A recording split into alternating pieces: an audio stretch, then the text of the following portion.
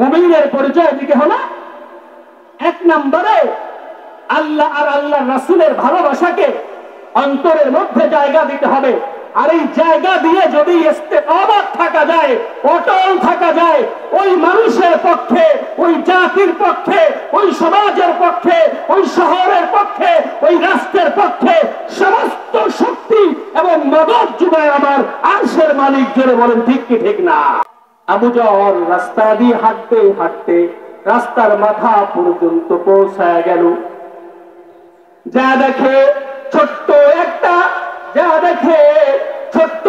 একটা হুজরা বানানো তাঁবু গাড়া, তাঁবুর মধ্যে একটা যুবক, এমন একটা যুবক বসা।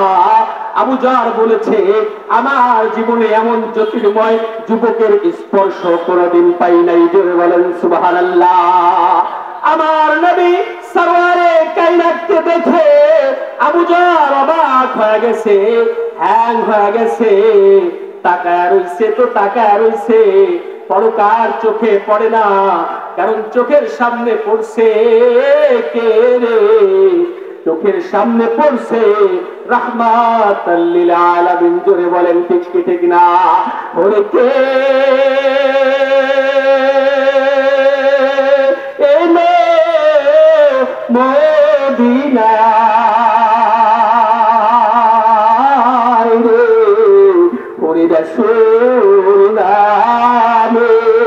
জোরে বলেন ঠিক কি ঠিক না? ওরে গলাতে তাসে বীরমালা,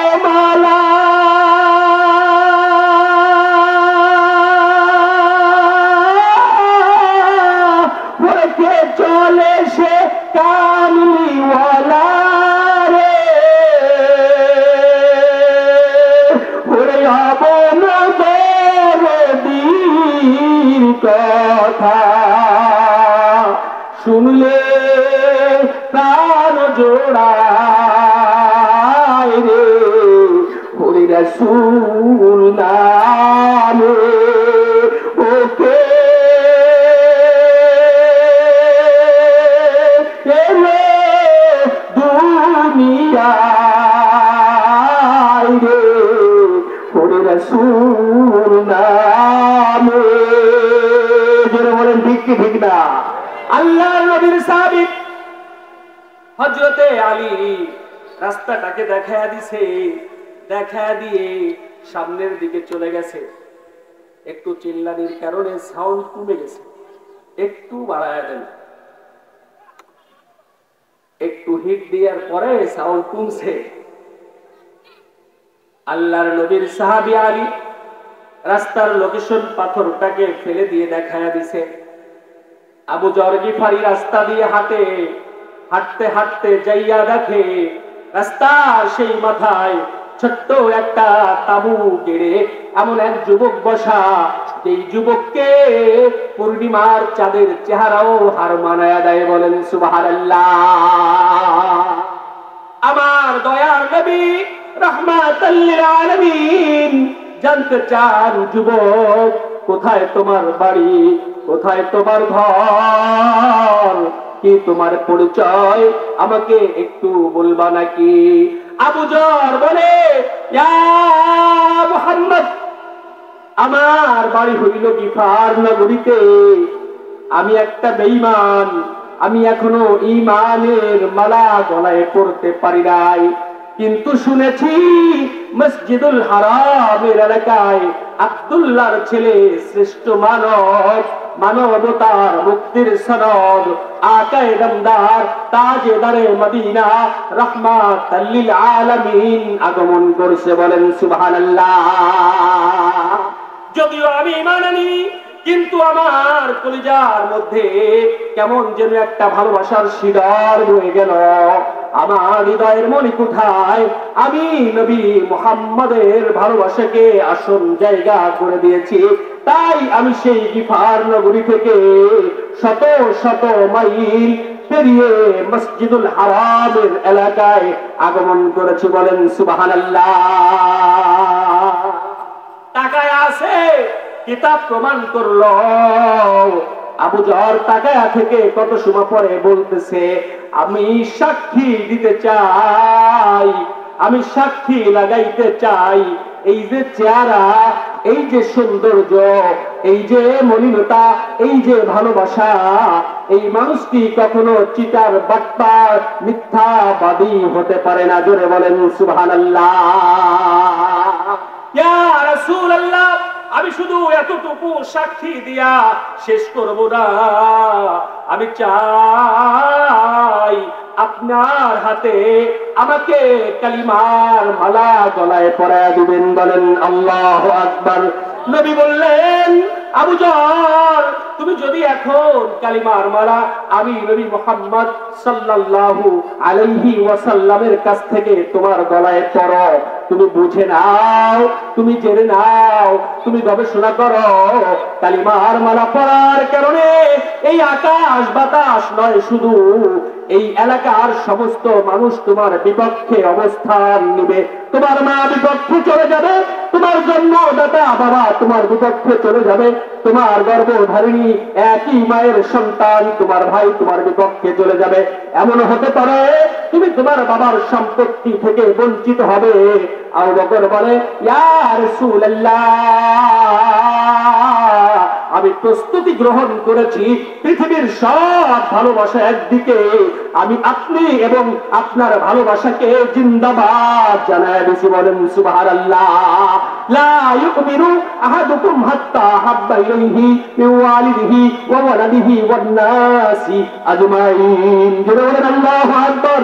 আমার নবী বললেন, ও মুসলমানের সন্তান, দিলের কান লাগায় শোনো, অত সময় পর্যন্ত তুমি পূর্ণাঙ্গ মুসলমানের পরিচয় দিতে পারবে না যত সময় পর্যন্ত তোমার হায়াতে জীবনে ধন বলো, সম্পদ বলো, ভাই বলো, বন্ধু বলো, মা বলো, বাপ বলো, আত্মীয় বলো, স্বজন বলো, সব কিছুর থেকে নবী মুহাম্মদ সাল্লাল্লাহু আলাইহি ওয়াসাল্লাম আর আল্লাহর ভালোবাসাকে তোমার অন্তরের মধ্যে বেশি জায়গা দিতে না পারবে। জোরে বলেন সুবহানাল্লাহ।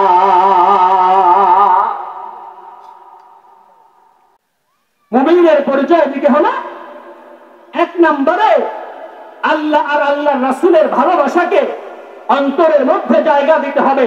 আর এই জায়গা দিয়ে যদি ইস্তেকামত থাকা যায়, অটল থাকা যায়, ওই মানুষের পক্ষে, ওই জাতির পক্ষে, ওই সমাজের পক্ষে, ওই শহরের পক্ষে, ওই রাষ্ট্রের পক্ষে সমস্ত শক্তি এবং মদদ যোগায় আমার আরশের মালিক। জোরে বলেন ঠিক কি ঠিক না?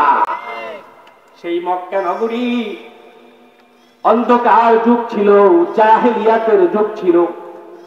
একটা মাত্র মানুষ নবী মুহাম্মদুর রাসূলুল্লাহ সাল্লাল্লাহু আলাইহি ওয়াসাল্লামের আগমন আর ভালোবাসা, হিকমত আর মিষ্টি ভাষার কারণে আমার আল্লাহ শহরের নামকে কুরআনুল কারীমের মধ্যে ঘোষণা করলেন, ওয়াহাযাল বালাদুল আমিন। জোরে বলেন আল্লাহু আকবার। এই শহর একসময় সন্ত্রাসের শহর ছিল, এই শহর একসময় লম্পটদের শহর ছিল, এই শহর একসময় জুলুমবাজদের শহর ছিল, এই শহর একসময় তার মানুষের কাছে মানুষের জীবনের নিরাপত্তা ছিল না। এই শহর এমন একটা শহর যে কন্যা সন্তান তার বাবার কাছে জীবনের নিরাপত্তা পায় নাই, কিন্তু আমি আল্লাহ তাআলা একমাত্র আব্দুল্লাহর ছেলে মুহাম্মদ সাল্লাল্লাহু আলাইহি ওয়াসাল্লামকে দিয়ে এই শহরকে আজকে নিরাপদ নগরী ঘোষণা করে দিলাম। জোরে বলেন সুবহানাল্লাহ। সব করনে ওয়ালা শক্তিকে, আরো জোরে বলেন কে? খাওয়ানোর মালিক কে? ইজ্জত দেবার মালিক কে? হায়াত দেবার মালিক কে? মৌত দেবার মালিক কে? সব কিছুর মালিক যদি আল্লাহ হয়, তাহলে আল্লাহর দ্বীন নিয়া, আল্লাহর ধর্ম নিয়া, নবীজির আদর্শ নিয়া কেন আমি ইস্তেকামাত থাকতে পারবো না? জোরে বলেন ঠিক কি ঠিক না? বান্দার কাজ হইল বান্দা ইস্তেকামাত থাকবে, বান্দার কাজ হইল বান্দা অটল থাকবে। সে শুধু একমাত্র রব আর একমাত্র নবীর আদর্শ নিয়ে সে অটল থাকার দায়িত্ব। সমস্ত মদদ আর সাহায্যের মালিক আসমান বলা। জোরে বলেন ঠিক কি ঠিক না? এজন্য ভাইরা আমার, এই যে তাফসীরুল কোরআন মাহফিল বলেন, উলামায়ে ইকরামের নসিহা বলেন, এই সমাজ তো এক সময় এমন ছিল যেই সমাজে কোন আলোচকের নাম শুনলে 144 জারি হয়ে যেত, বলেন ঠিক কি ঠিক না? সব 144 উঠায় নেওয়ার মালিককে, সব কিছুকে আমার আল্লাহ তাআলা পরিষ্কার পরিচ্ছন্ন করে ইসলাম আর দ্বীনের জন্য আল্লাহ আর আল্লাহর রাসূলের কথা এ জমিনে প্রতিষ্ঠা করার জন্য এই যে পরিবেশ আর সুযোগ তৈরি করে দিয়েছেন কে? এ সময় যদি মুসলমান বসে থাকো, আল্লাহর জমিনে আল্লাহর খেলাফত প্রতিষ্ঠার স্বপ্ন তোমার মধ্যে লালন না হয়, আল্লাহর জমিনে আল্লাহর বিধান বাস্তবায়নের স্বপ্ন যদি তোমার মধ্যে লালন না হয়, আমার আল্লাহর কাছে আমাদের আসামির কাঠগড়ায় দাঁড়াতে হবে, বলেন ঠিক কি ঠিক না?